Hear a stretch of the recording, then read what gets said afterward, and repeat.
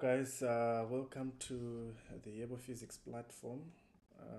This is a platform where we meet to solve physics problems together, and in particular, we'll be looking at questions that are presented to you as tutorial practice questions.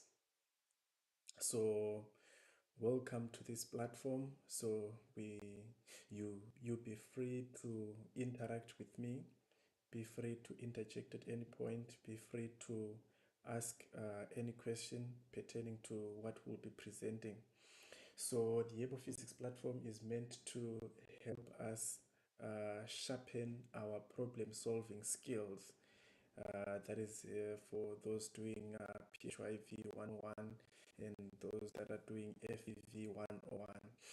So, like I indicated earlier on, so this is a platform where we are actually solving physics problems, and I am not the one who is entirely doing the problem solving, but we are collectively solving the problems together as a team. So, I welcome you all to this platform. If you can hear me, please show by raising your thumb on the team platform. Those joining on team, I can see the number of people that are joining in on Teams. If you can hear me, please show by your thumbs on the Teams platform.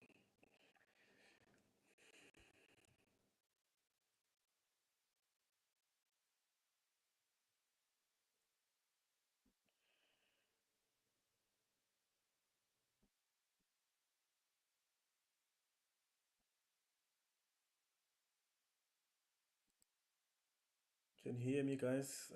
Please show by a thumb if you can hear me, or you can even unmute and. Okay, thank you, Baloyi. Thank you, Miss Baloyi, for confirming. I am glad that I am audible. Another question, are you able to see my screen that I'm sharing? I'm going to try and write something on the whiteboard there, and I want you to confirm if you can see what I've written there before we go any further.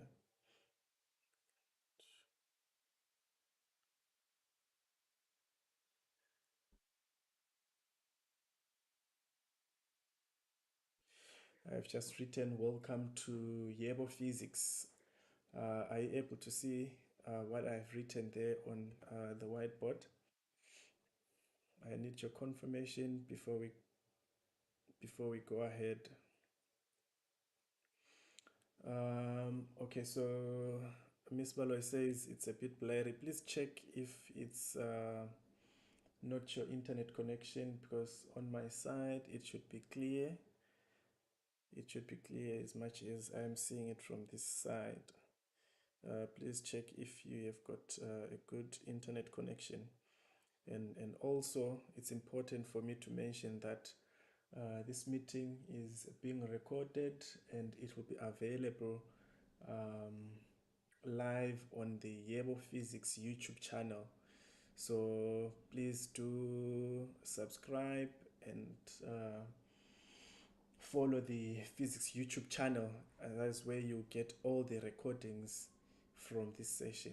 This is where you get all the recordings from this session. So we have YeboPhysics tutorials from 2 p.m. to 4 p.m. That is on Tuesdays, Wednesdays, and Thursdays.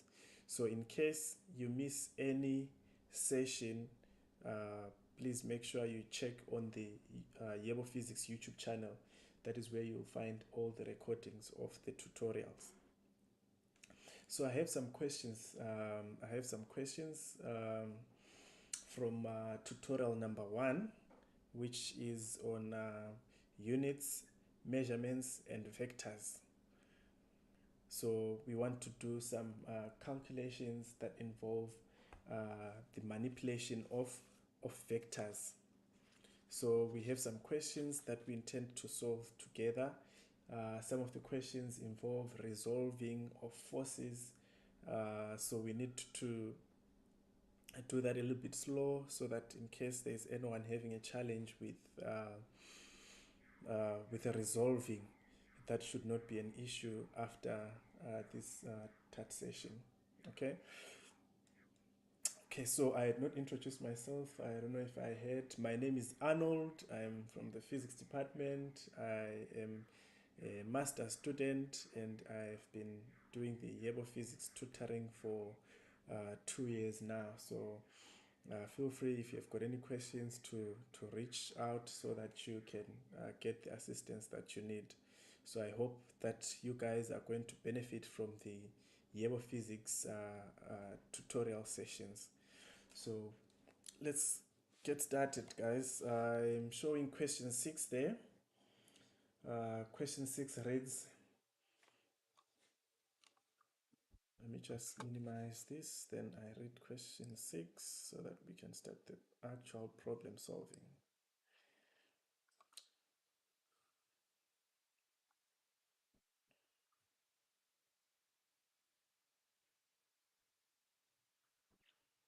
Okay, so question 6 says, while exploring a cave, a spelunker starts at the entrance and moves the following distance in a horizontal plane.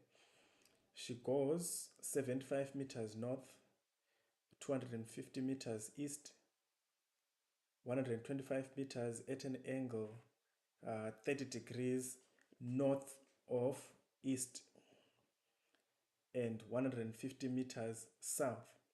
Find her resultant displacement from the cave entrance. Unfortunately, the figure is not being shown here, so at times we are supposed to visualize the problem. Okay, so even if the diagram is not there, the information that we have been given there should be sufficient for us to sketch our own diagram.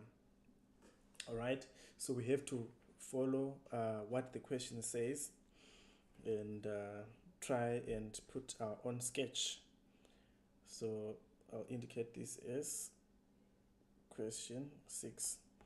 So I'm going to put, so it says he moves 75 meters north, 75 meters north. So this will represent my 75 meters north. We know north is the y-axis in the positive direction.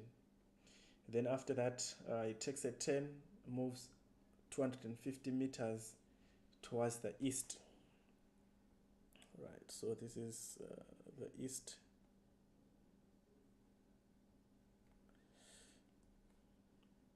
This should be straight. So this will be 250 meters towards the east.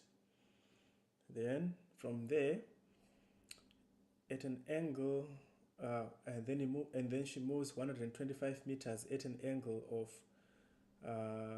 30 degrees north of east. North of east. So if you were to put your cardinal points there, this will be your north of east.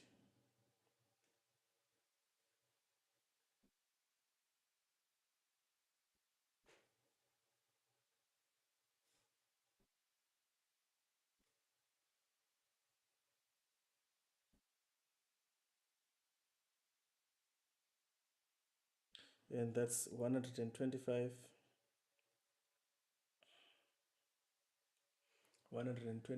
meters. Let me just make it a little bit bigger than what I've done there.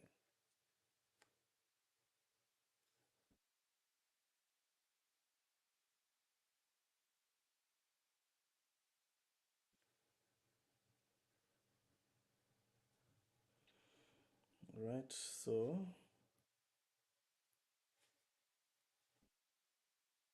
this becomes 125 meters, and we're told that this is 30 degrees of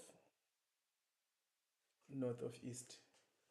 Right, now moving on, let's pay attention to what the question says next. The question then says that she proceeds and moves 150 meters south. So from this point, she moves south.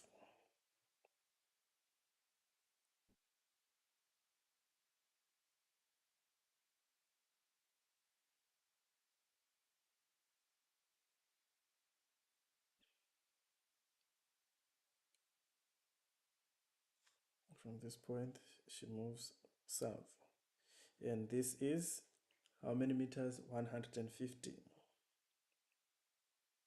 This is not drawn to scale, by the way. 150 due south. Now, what is the question saying? So, if I try and make this a little bit more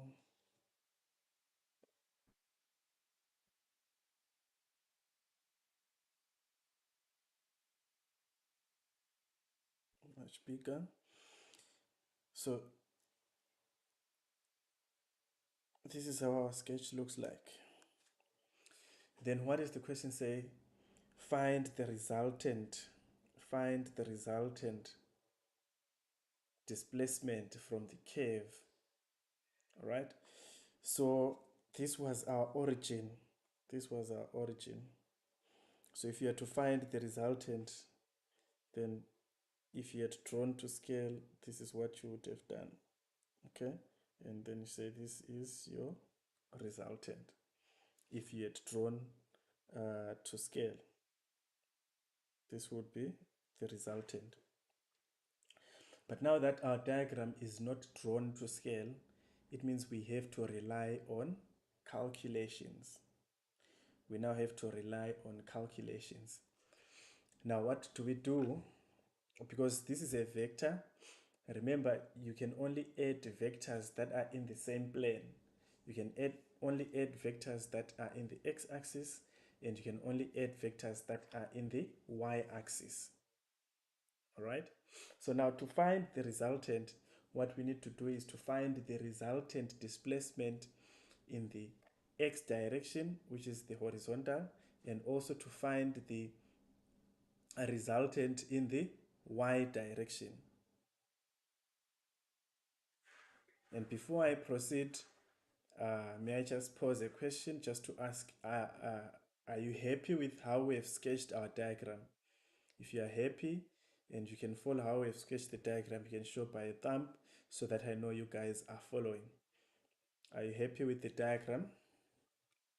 With the sketch of the diagram?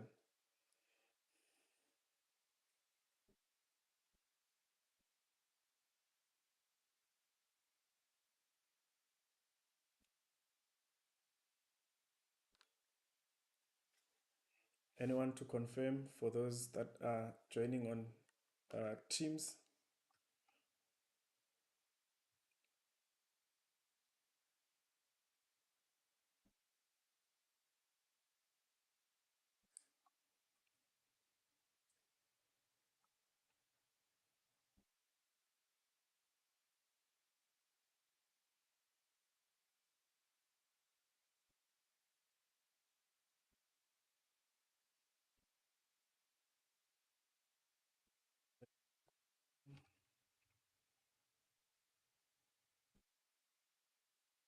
Yes, I can see a thumb there.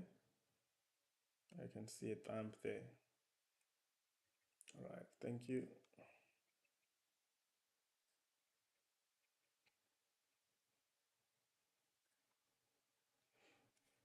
Now let's proceed to, we'll first find the resultant in the x. So to get our resultant, we know that the resultant vector will be equals to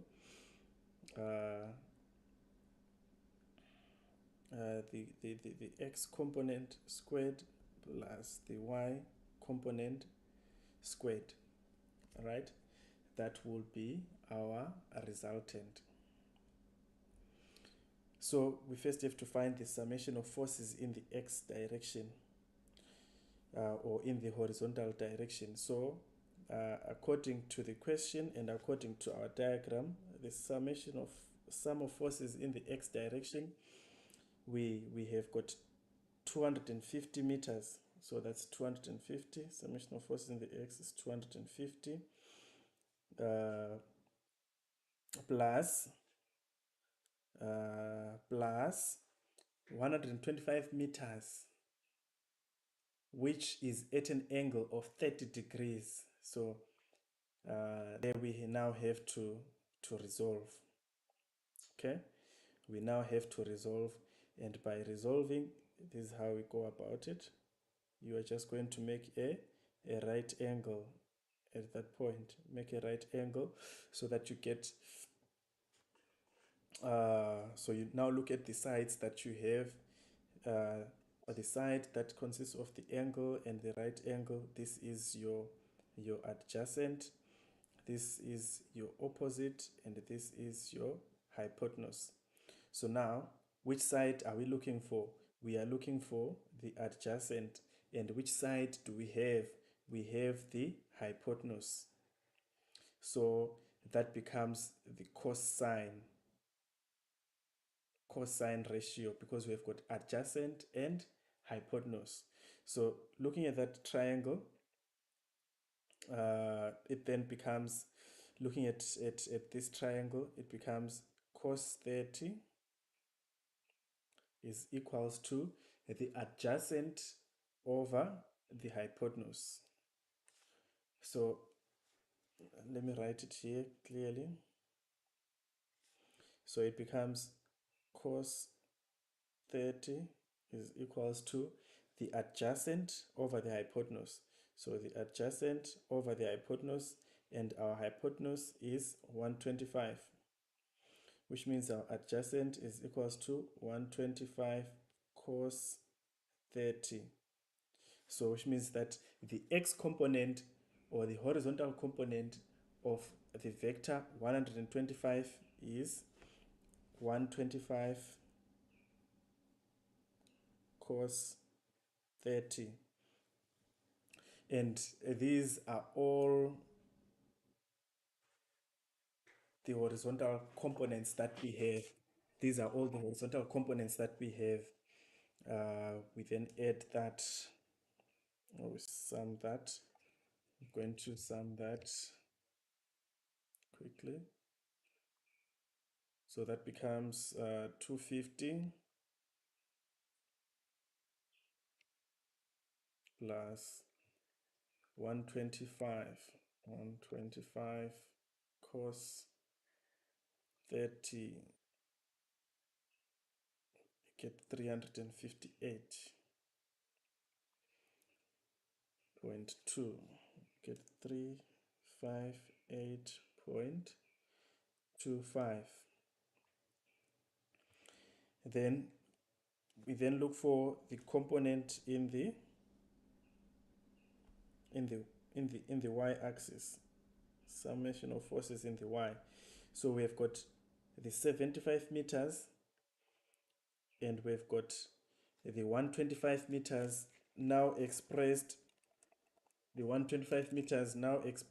in the vertical direction. So this becomes 75 plus, so the 125, now we change the trig ratio. We now are looking for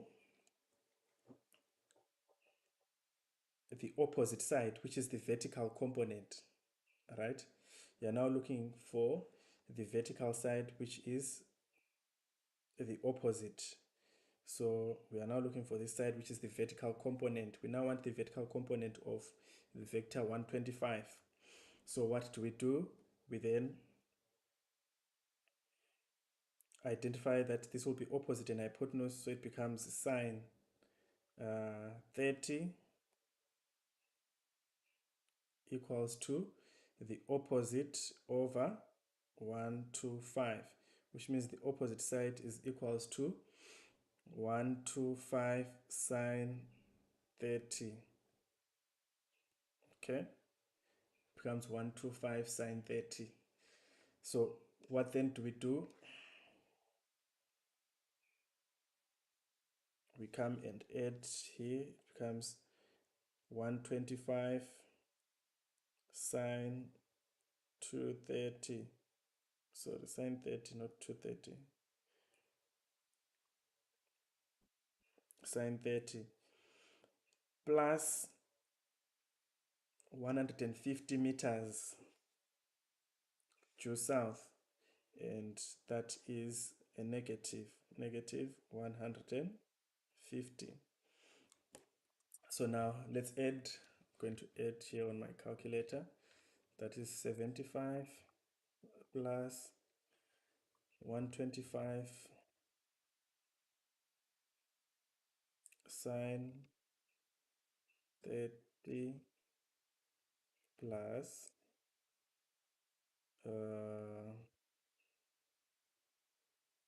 negative 150. You get negative 12.5 meters. So which means negative 12.5 meters. All right. Now remember we said to get the resultant R is equals to summation of forces x squared plus y squared. So the next thing that we do there is now substitute. It's now 358.25 all squared plus negative 12.5 all squared. So we square root that, and 358.25 all squared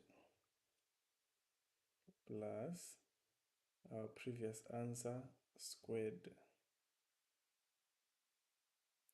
We get a value of 358.4.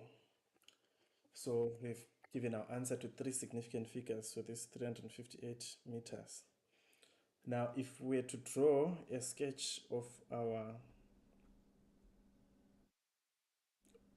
resultant forces, this is what it would look like. In the x-axis it's positive, so it's positive, and the y-axis is negative, so it will be in this quadrant. Okay, and if we were to look for the direction, you always move from the positive x-axis and you move anti-clockwise. This will be the direction. Okay, that will be the direction. So in our case, now to calculate that, we can then close this right triangle, that point, so that we have a right angle there. And we know that this is negative 12.5 meters, and this y-axis is 358.25 meters. All right.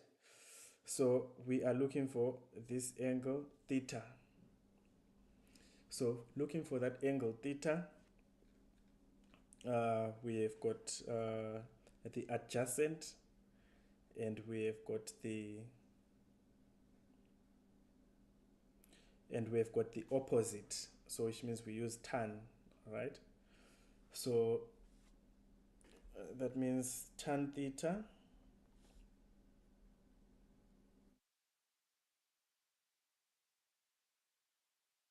is equals to the opposite, which is 12.5 over the hypotenuse, which is 358. Close there, which means our angle theta is equals to arctan 12.5 over 358. So let's do that. Let's punch that. If you have your calculator, please punch along. Punch along and compare with the answer that I get. 12.5 over 3.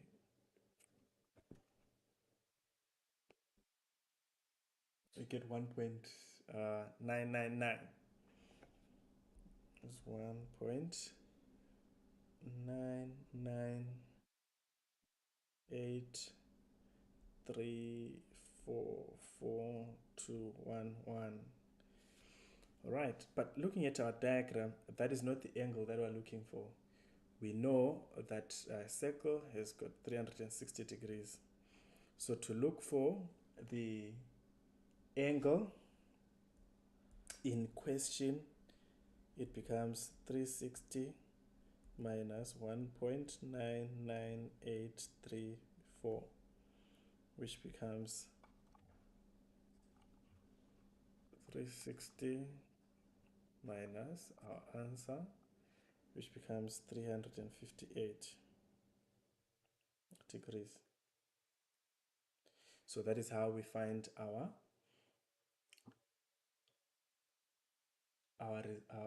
angle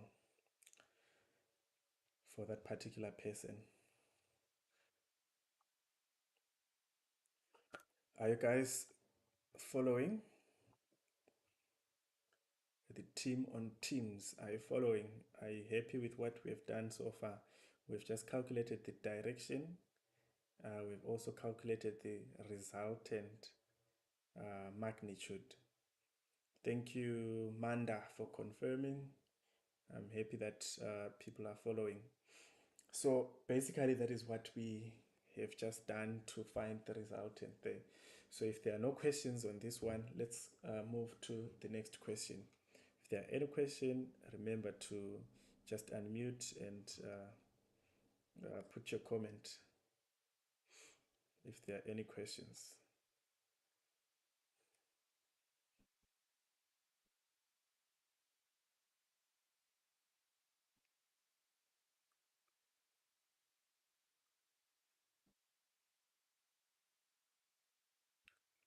Right, so let's carry on. Let's carry on. So the next question that we have is question 7, which reads,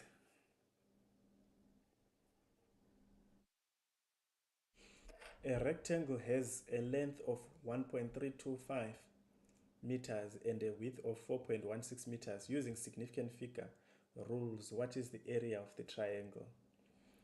So for those that are following on Teams, which option would you go for? This is a simple calculation.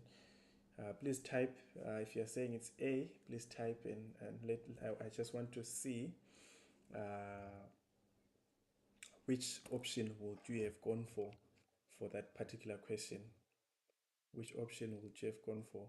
So just we know that area of a rectangle, area is equals to the length times the width, and the length is 1.3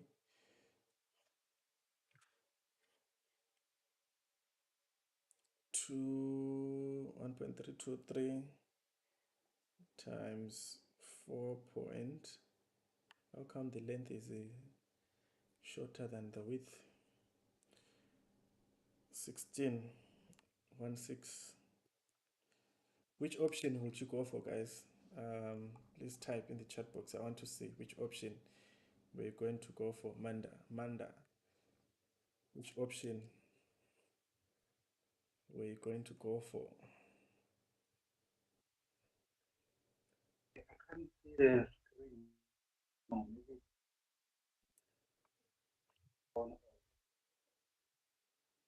I could hardly hear you. I can hardly hear you, Manda. I can.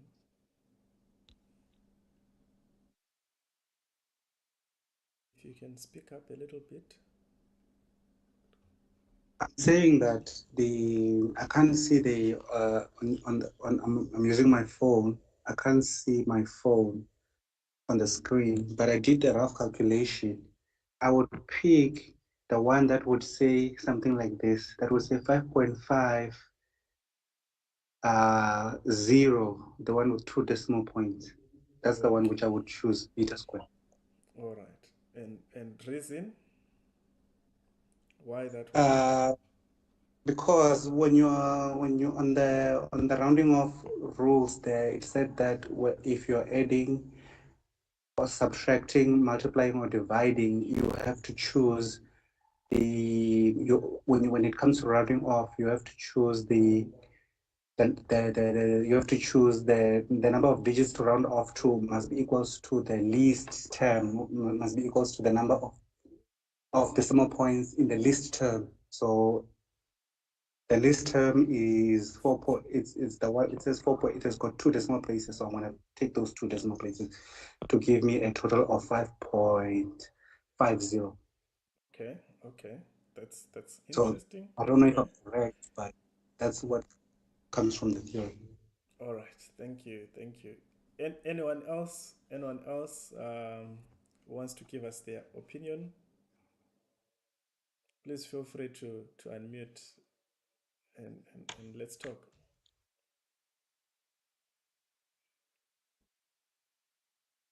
Orabile, would you want to say something?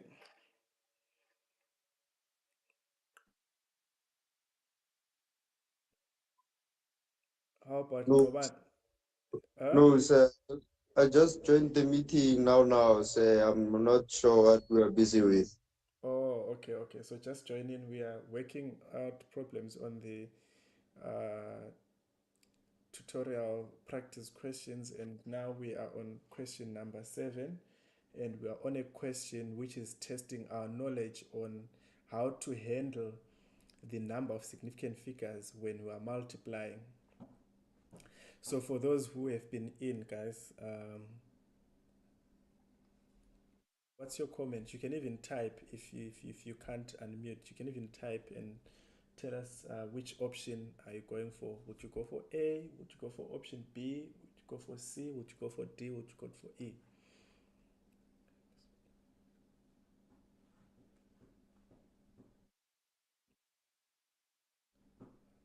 How about Ngobani? Which one would you go for? Miss Baloy, which one would you go for? There's Viwe, which one would you go for? Let's talk.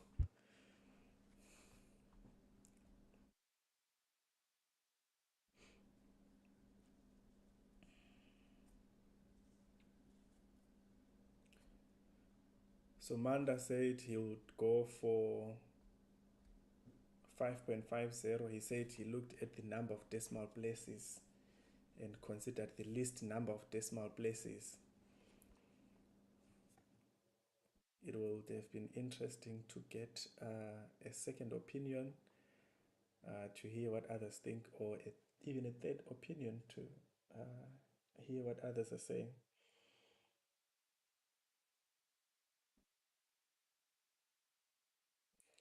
All right, it seems there's no one else willing to share with us their opinion. Yes, there is someone there. Silvio, you wanted to say something? Okay, he's dropping from the meeting.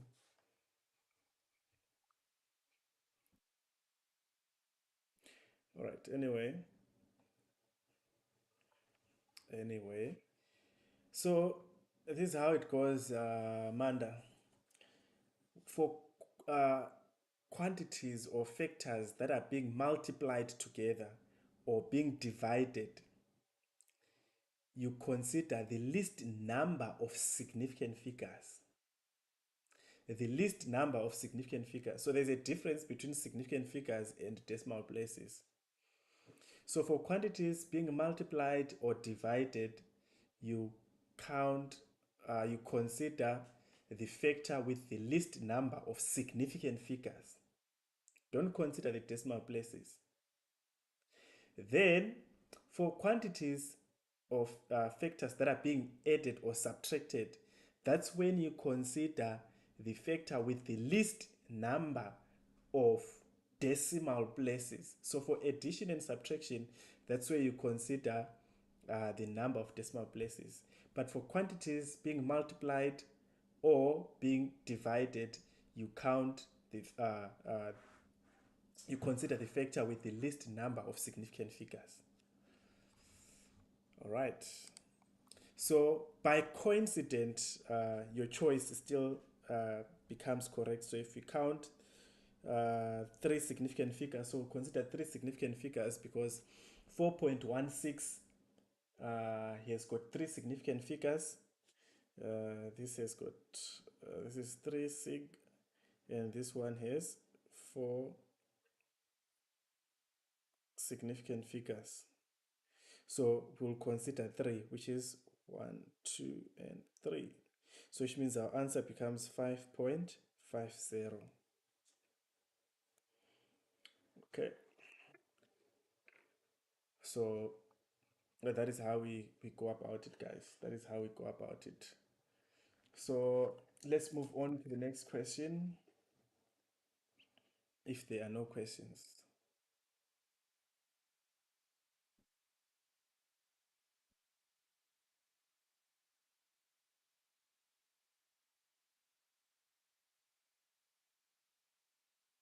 Things are now getting more interesting. There is another problem there. There is another problem that we have to tackle. That's question 8. So it says, on occasion, the notation for vector A can be represented by A and theta, A being the magnitude and theta being the direction. So we have been given two non-zero vectors, vector A and vector B, with magnitudes.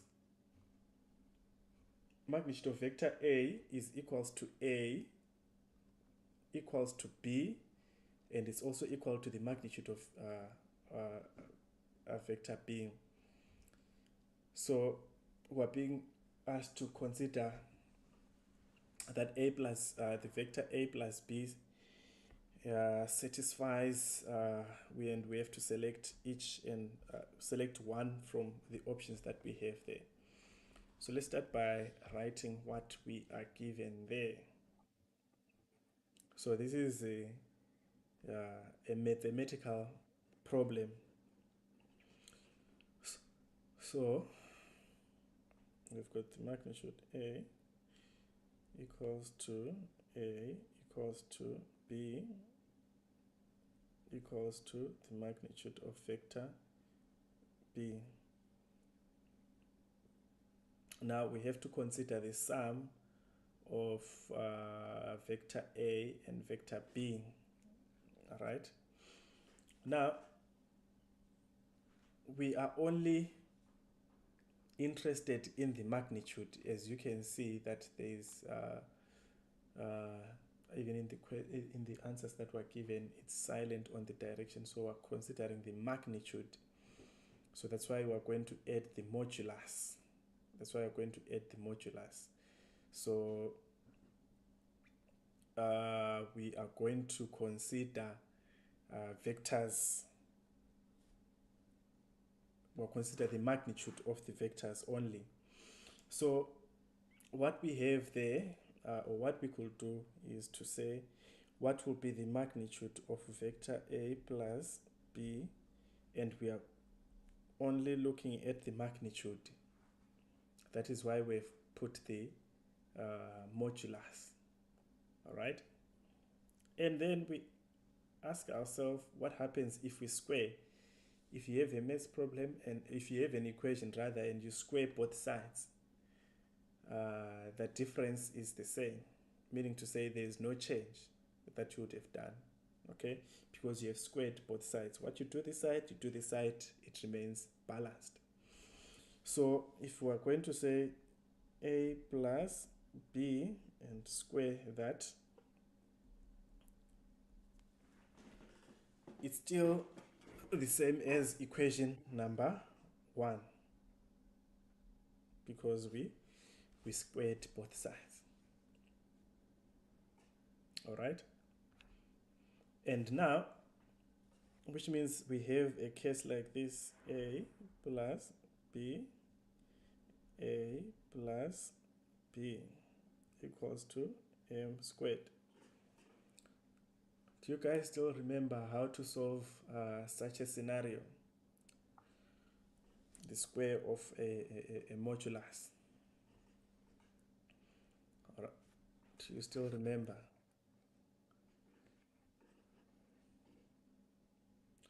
So if you have forgotten, then this is how it would look like. You would have the modulus of vector A squared plus the modulus of vector B squared plus A squared cos theta plus, so it should be AB cos theta because you're multiplying the two. AB should be AB cos theta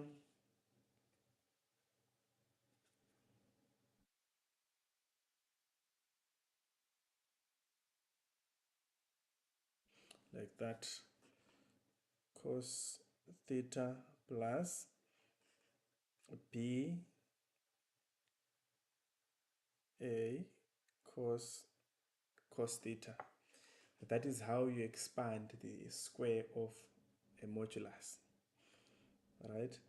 So in your mathematics list of formula, you should find this expression, right? So you should not worry much about that. That's a mathematics formula which is provided for the square of a modulus. So now, what do we do then after this stage? We now have to consider the information that we have been given in the question, which is this information here, right? And how do we deal with it? Remember, it says, remember the question says that the modulus of A is equals to A. So where there is modulus of A is equals to A. And this is also equals to modulus of B, which means where there's modulus of B, we can still put A. Where there's modulus of A, we can put A. So let's substitute. So this becomes A squared plus A squared plus A times A cos theta plus A times A cos theta. We are applying the condition that we have been given. Modulus of A is equals to A. Modulus of B is equals to A. So we've just put that. Now when we simplify, this becomes 2A squared plus A squared cos theta. Where am I going? Getting the theta? Cos theta plus A squared cos theta. So we continue with the simplify. 2A squared plus, if you add these two together, so I'm now forgetting my equation, should be m squared equals to m squared equals to m squared. So this becomes 2A squared cos theta equals to m squared, right?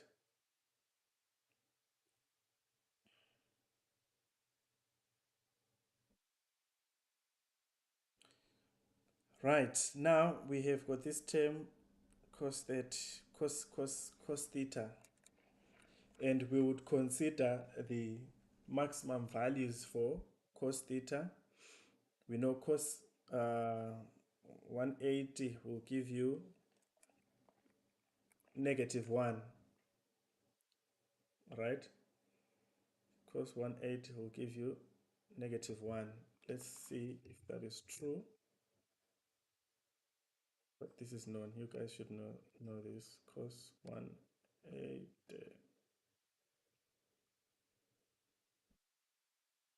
-1, and also cos 0 should give you 1, right?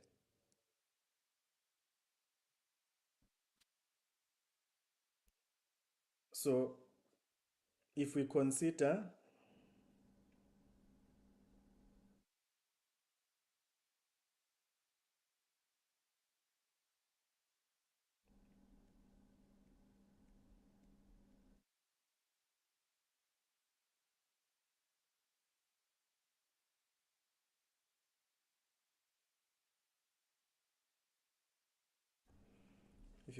for cos theta equals to -1, what do we get? So which means where there's cos theta, we'll substitute -1.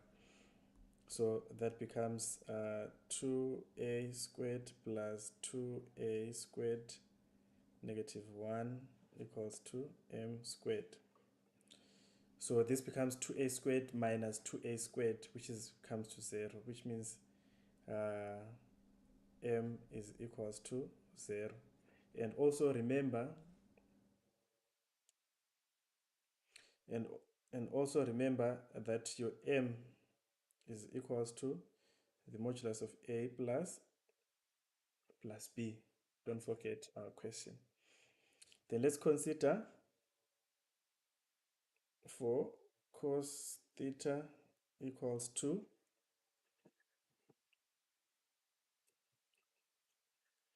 equals to 1. What will we get for to consider cos theta equals to 1? It becomes 2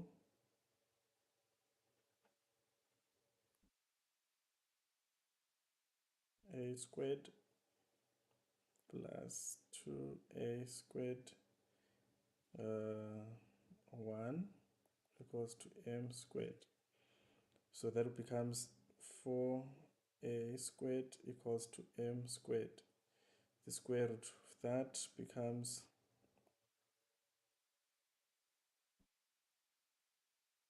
m is equals to 2a. If you square root that, m is equals to 2a. And remember that our m is equals to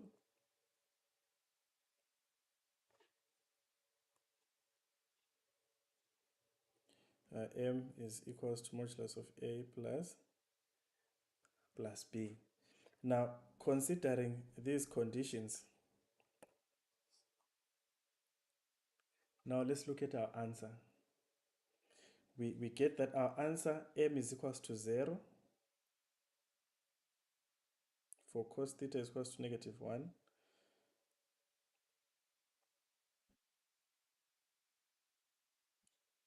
And we get that m is equals to 2a.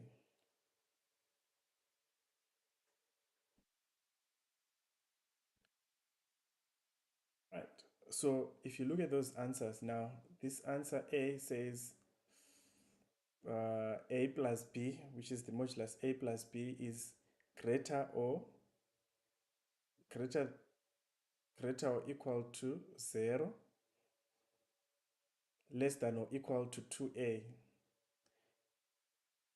B says greater than 0, less than 2a.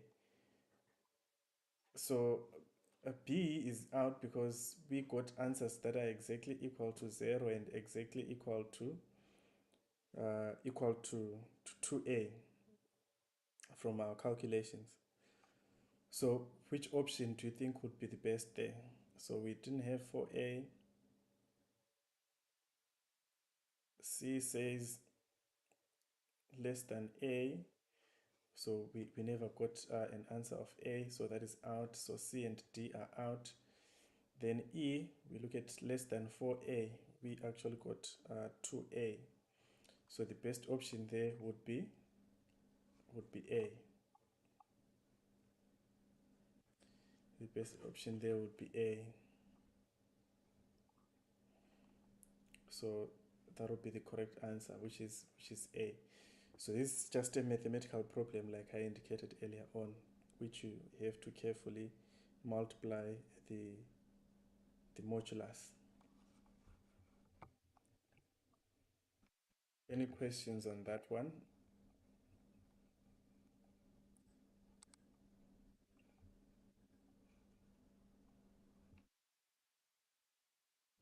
Any questions on question 8?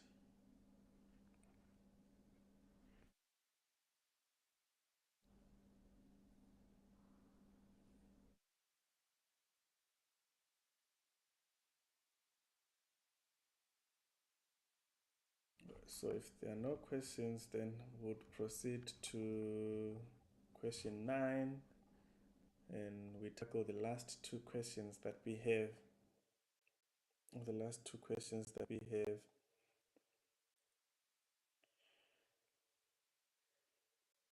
Right, so let's go to question 9.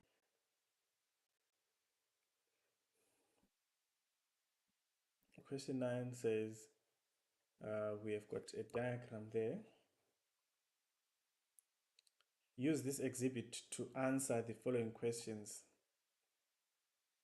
What is the direction of the resultant of these three forces?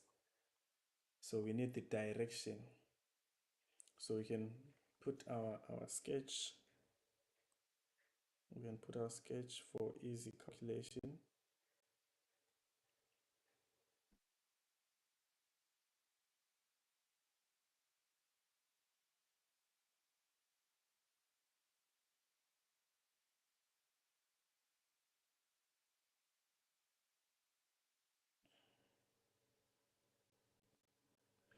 And we have got 30 Newton there. And we have 20 newtons there.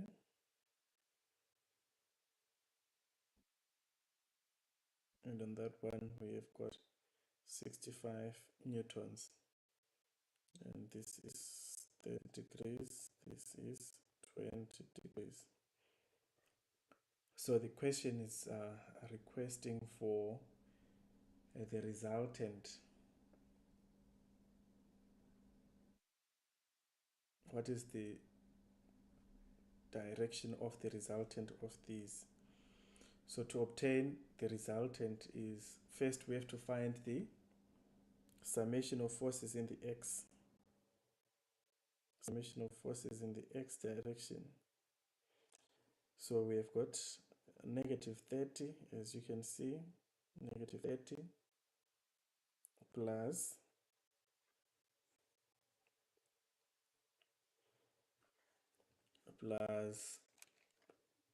this force that we have here, where we're going to consider a right angle triangle, and we realize that we're looking for the adjacent, and we said when we're looking for the adjacent and we have got the hypotenuse, which is 65, that becomes the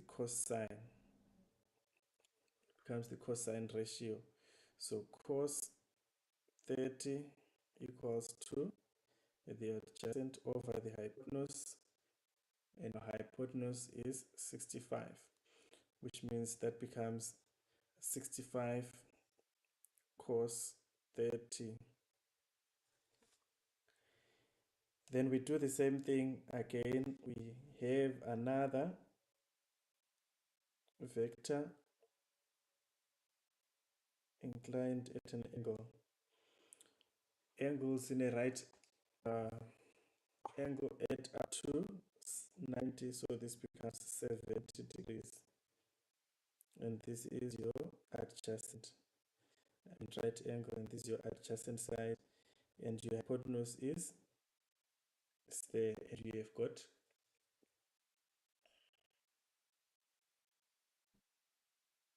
so again that becomes cos 70, actually to be 20 cos 70, because your hypotenuse is 20, so it becomes minus 20 cos 70. Okay, it's no longer clear there.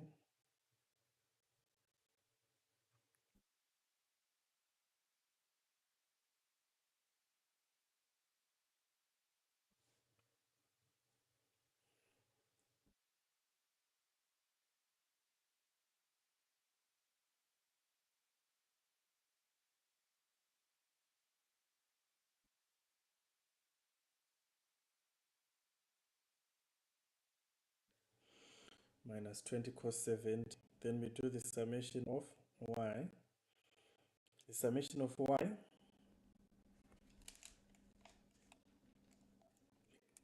we've got two vectors which are both inclined at an angle, right? Now, considering the angle 30, we now have our opposite here. This is our opposite, and we still have our hypotenuse. So this becomes sine, okay? So it will be sine of 30 equals to the opposite over the hypotenuse, which is 65, which means our opposite becomes 65 sine of 30 plus it's in the negative quadrant, so it becomes negative. If you consider the angle 70 there, this becomes the opposite, and you still have your hypotenuse. So it becomes sine 70 equals to the opposite over the hypotenuse, which is 20. So hypotenuse becomes 20 sine 70. Now what's left is for you to calculate, right? What's left is for you to calculate. So if I'm to do this,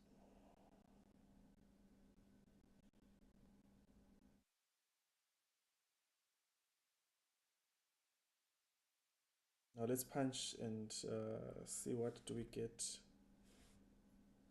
for the x and for the y. Okay, I'm going to punch in my calculator. If you have your calculator, make sure you punch as well. Negative 30 plus 65 cos 30 plus, okay, that becomes negative, right? Minus 20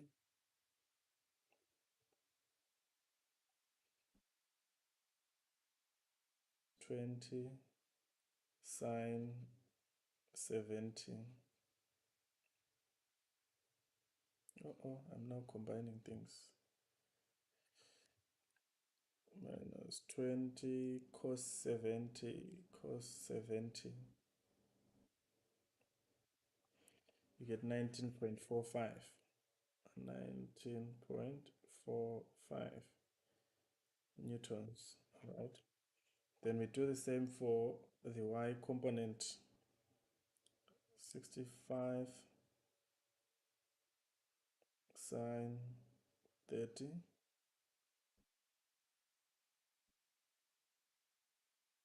plus, okay, negative 20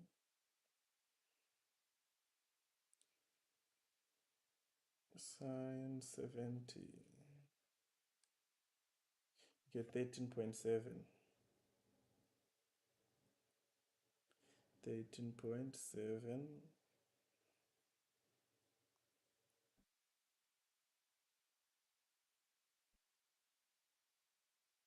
13.71.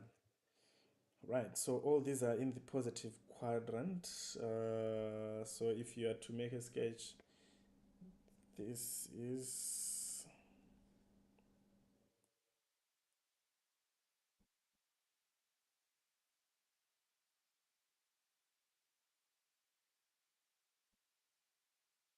your resultant. This is where your angle will be. And we are saying on our x-axis we have got 19.45, and on the y-axis we've got 13.71. Now to get the angle theta there, we've got the adjacent and the opposite, so that becomes tan theta is equals to the opposite, which is 13.71 over the hypotenuse over the adjacent, which is 19.45. So theta is equals to arctan 13.71 over 19.45. Then we punch that. Your calculator also punch.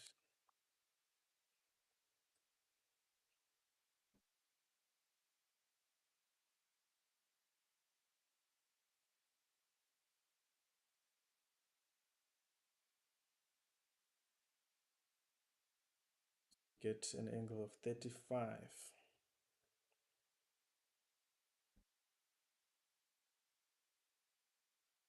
35 degrees. So that becomes our angle. We can check from our answers if you have an option. That is the option.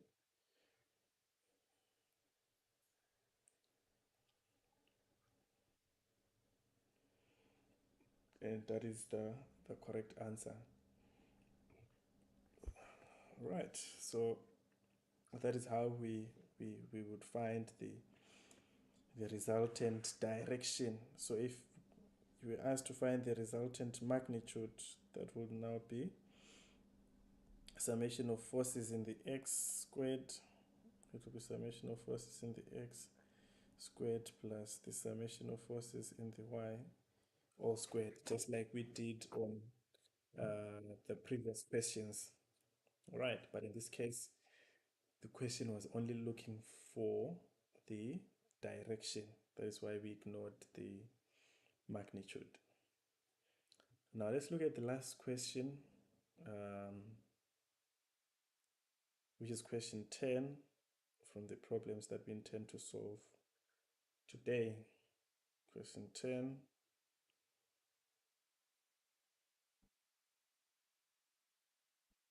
Let's pay attention to what the question is asking for. The question reads, if vector A is added to vector B, the result is 6i plus j. If B is subtracted from A, the result is negative 4i plus 7j. What is the magnitude of A, vector A? Right. So we need to find the magnitude of vector A. So how would we go about this question at hand? How would we go about it? So first, let's put the information that we're given there. The information that we're given there, we can write it down here, which is, it says if A plus B added, we get 6i plus j. And if B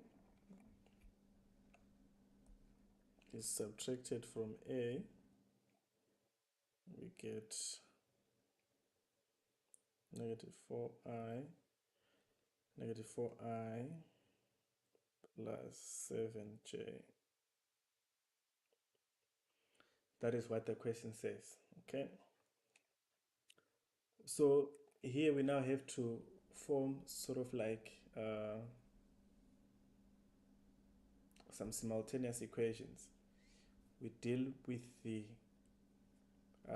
magnitude of A in the I direction only, and we deal with the magnitude of A in the J direction. So let's form the two equations. So if we say magnitude of A in the I direction plus B in the I only direction, what would we get? It will just be 6, right? Because we're considering the I direction. So we've just used this equation, all right, to form our equation number 1. Then to form equation number 2, we consider this equation, and we're saying A in the I minus B in the I, it will be equals to negative 4i. Then from there we can say equation. We have to eliminate B, right? So that we remain with I. We can eliminate B. We can say equation 1 plus 2. So that we eliminate B because we are interested in A only. So that becomes 2